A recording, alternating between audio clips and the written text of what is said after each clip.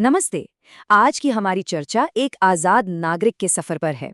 हम उन बुनियादी अधिकारों की बात करेंगे जो भारतीय संविधान के अनुच्छेद 19 से 22 तक हमारी आज़ादी की नींव रखते हैं।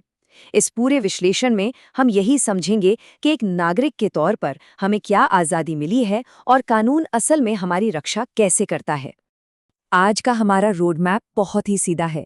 हम अनुच्छेद 19 की 6 स्वतंत्रताओं से शुरू करेंगे, फिर अनुच्छेद 20 के 2 सिद्धि संरक्षण, 21 के जीवन के अधिकार, 21 के शिक्षा के अधिकार को समझेंगे और आखिर में अनुच्छेद 22 के तहत गिरफ्तारी से संरक्षण की बात करेंगे।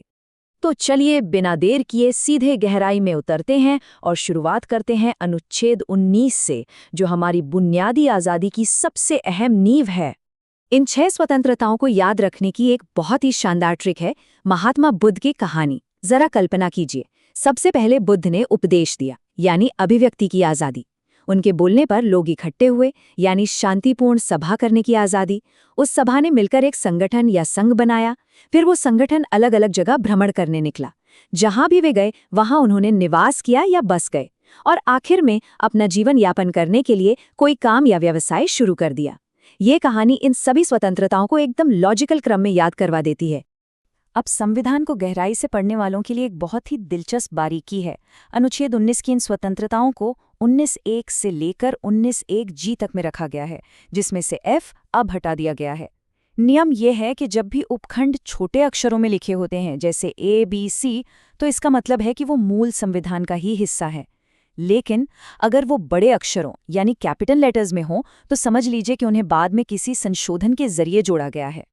लेकिन यहाँ एक बड़ा सवाल उठता है, क्या ये आज़ादी एकदम असीमित है, जिसे हम एब्सोल्यूट कहते हैं? बिल्कुल नहीं। हमारे मौलिक अधिकार रिलेटिव यानी सापेक्ष हैं। इसका सीधा सा मतलब है कि इन पर कुछ तर्कसंगत और जायज़ प्रतिबंध लगाए जा सकते हैं, और ये प्रतिबंध अनुच्छेद 19(2) में बहुत ही स्पष्ट रूप से बताए गए हैं।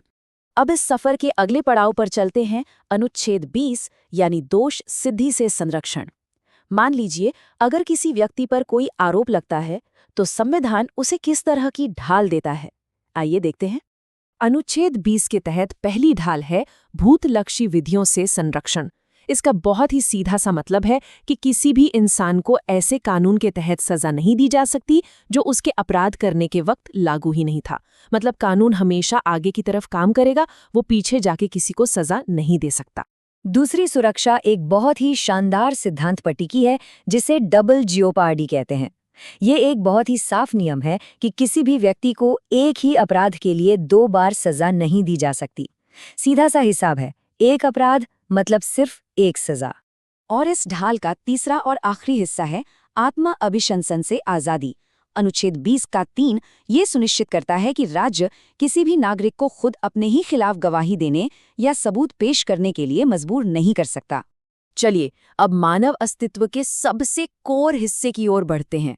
अनुच्छेद 21 जीवन का अधिकार और दैहिक स्वतंत्रता।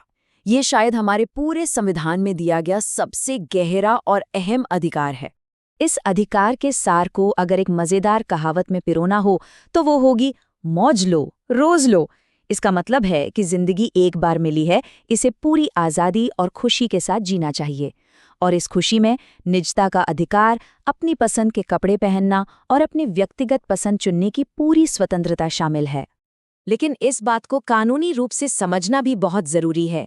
1978 के एक बेहद ऐतिहासिक Maneka Gandhi supreme court case ने ये बिल्कुल स्पष्ट कर दिया कि किसी का भी जीवन या उसकी व्यक्तिगत आज़ादी सिर्फ और सिर्फ कानून की एक उचित और निष्पक्ष प्रक्रिया के द्वारा ही छीनी जा सकती है।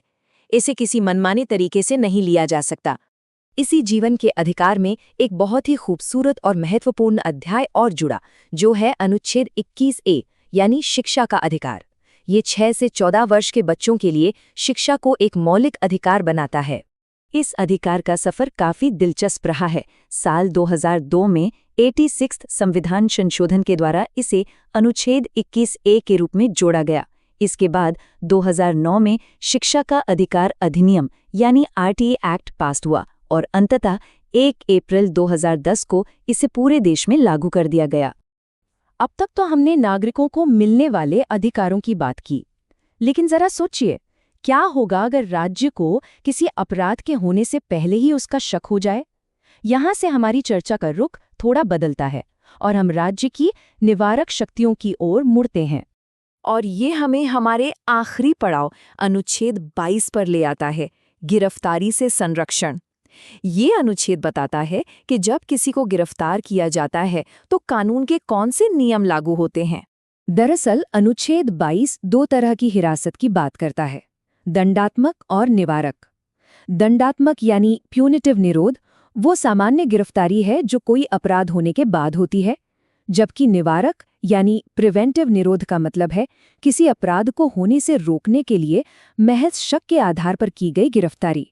दंडात्मक हिरासत के मामले में एक बहुत ही सख्त नियम काम करता है, 24 घंटे का नियम। गिरफ्तार किए गए व्यक्ति को 24 घंटे के अंदर किसी नज़दीकी मजिस्ट्रेट के सामने पेश करना एकदम अनिवार्य है। ये किसी भी नागरिक की आज़ादी को बचाने की एक बहुत बड़ी रक्षा प्रणाली है। लेकिन दूसरी तरफ जब बात निवारक कानूनों की आती है, जैसे टाडा, पोटा या मीसा, तो ये 24 घंटे वाला नियम लागू नहीं होता। इसका एक बहुत ही मशहूर उदाहरण बॉलीवुड एक्टर संजय दत्त का है, जिनकी गिरफ्तारी टाडा के तहत ही हुई थी। इस रियल वर्ल्ड उदाहरण से निवारक हिरासत का ये गंभीर विषय बहुत आसानी से समझ आ जाता है।